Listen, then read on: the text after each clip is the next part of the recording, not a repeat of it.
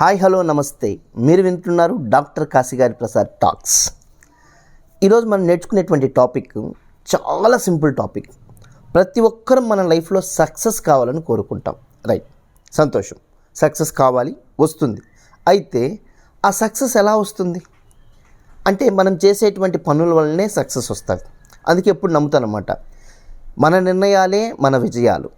ఆ నిర్ణయాలకు తగినటువంటి మన పనులు, మన ఆచరణ ఏదైతే ఉంటుందో అంత సక్సెస్ని మనం పొందగలుగుతాం. నిర్ణయం తీసుకున్నాం, ఆచరించలేదనుకోండి సక్సెస్ రాదు. అంటే పని చేయలేదనుకోండి సక్సెస్ రాదు. మరి పని చేస్తూ కూడా చాలామంది సక్సెస్ అవ్వరు. ఎందుకు అవ్వరు అంటే కొన్ని రీజన్స్ ఉన్నాయి. అందులో మొట్టమొదటి రీజన్ ఏంటంటే చేసేటువంటి పనిలో డిసిప్లైన్ లేకపోవడం. అంటే మనం చేసేటువంటి పనిలో డిసిప్లైన్గా ఉండాలి. డిసిప్లైన్ అంటే ఒక సిస్టమేటిక్ ఆర్డర్లో ప్రతిరోజు నువ్వు చేసేటువంటి పనిని చాలా కేర్ఫుల్గా చూసుకోవాల్సినటువంటి అవసరం ఎంతైనా ఉంటుంది.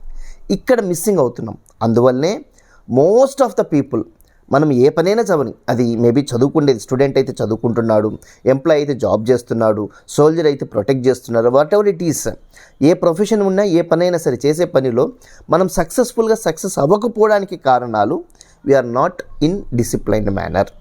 మరి ఇంకొక ఫస్ట్ రీజన్, ఆ డిసిప్లిన్గా ఉండడం ఎలా అనేది మనం తెలుసుకోవాలి అనుకో. ఫర్ ఎగ్జాంపుల్, దానికి కొన్ని విషయాలు ఉన్నాయి, సమ్ టెక్నిక్స్ ఉన్నాయి. అందులో మొట్టమొదటి టెక్నిక్, ఫిక్స్ యువర్ గోల్. మన లక్ష్యాన్ని స్పష్టంగా నిర్ణయించుకోవాలి. నేను చదవాలంటే ఎంత చదవాలి, ఎంతసేపు చదవాలి, అందులో ఏమి చదవాలి, ఎలా చదవాలి, చదివిన దాని యొక్క పర్పస్ ఏంటి, దాన్ని ఎక్కడ అప్లై చేయాలి అని స్టూడెంట్స్ అయితే అనుకుంటారు. జాబ్ చేసేవాళ్ళు అనుకోండి, వాళ్ళ జాబ్ చేసేటువంటి వర్క్లో, వర్క్ ఈజ్ వర్క్షిప్ అన్నట్టుగా వాళ్ళు చేసేటువంటి పనిలో ఏంటి, what I'm going to achieve, ప్రత్యేకించి గుర్తుపెట్టుకోండి. WH క్వశ్చన్స్ లేకపోతే మనం చేసే పనిలో డిసిప్లైన్ని మనం చూడలేము.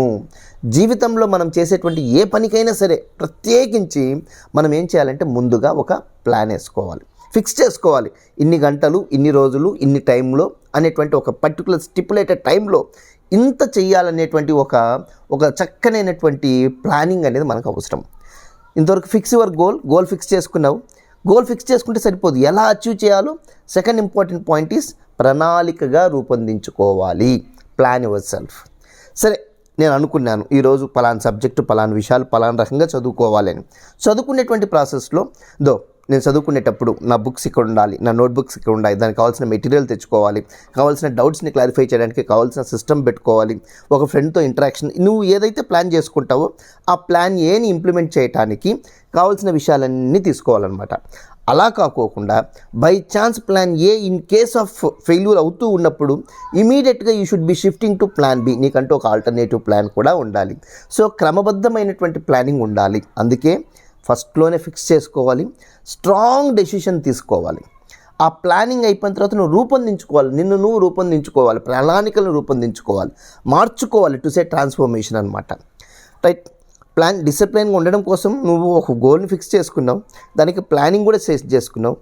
మరి ఆ ప్లాన్ ఎగ్జిక్యూట్ అవుతుందా లేదా? మూడో important point, how is your execution. So track your day.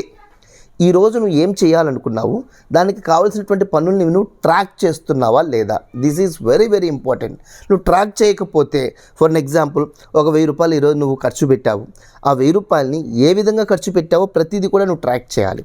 For example, ఈరోజు ఒక లెసన్ నువ్వు చదివావు, ఆ లెసన్లో 2 మార్క్స్ కోసినా, 4 మార్క్స్ కోసినా, 8 మార్క్స్ కోసినా, 12 మార్క్స్ కోసినా, ఎలా నేర్చుకున్నావు, ఏం నేర్చుకున్నావు, ఏం పెండింగ్ ఉన్నాయి, లేకపోతే కాన్సెప్చువల్ బేస్డ్ ఆ కాన్సెప్చువల్ని ప్రాక్టికల్గా ఎట్లా ఇంప్లిమెంట్ చేసే విధంగా కాన్సెప్ట్స్ని అనలైజ్ చేసావు అని break your planning into A day events. వాటిని ప్రతిరోజు ట్రాక్ చేసుకుంటూ ఉన్నప్పుడు ఫిక్స్ చేసుకున్న గోల్ని, ఆ తర్వాత ప్లాన్ చేసుకున్నటువంటి గోల్ని ఇంప్లిమెంట్ చేసే ప్రాసెస్లో ట్రాక్ చేసుకుంటూ ఉన్నావు కంటిన్యూగా, ఎక్కడ ఫెయిల్ అవ్వకోకుండా, దెన్ ఆటోమేటికల్లీ ఇంకేం కావాలి చెప్పండి, మన ప్లానింగ్ తప్పకుండా ఎగ్జిక్యూట్ అవుతుంది. తప్పకుండా మనం అనేవాళ్ళము సక్సెస్లోకి వెళ్ళిపోగలుగుతాం.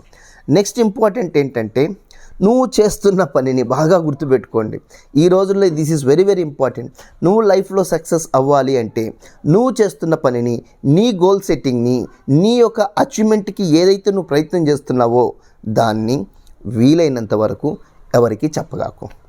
Do your work silently, your success speaks loudly. So చేసుకుంటూ పో. తప్పకుండా నీ సక్సెస్ మాట్లాడుతుంది. నీ సక్సెస్ వల్లనే నీకు సంతోషం కూడా పొందుతావు, 10 మందికి ఒక ఇన్స్పిరేషన్ కూడా ఇవ్వగలుగుతావు. దిస్ ఈజ్ మోస్ట్ ఇంపార్టెంట్, గుర్తుపెట్టుకోండి.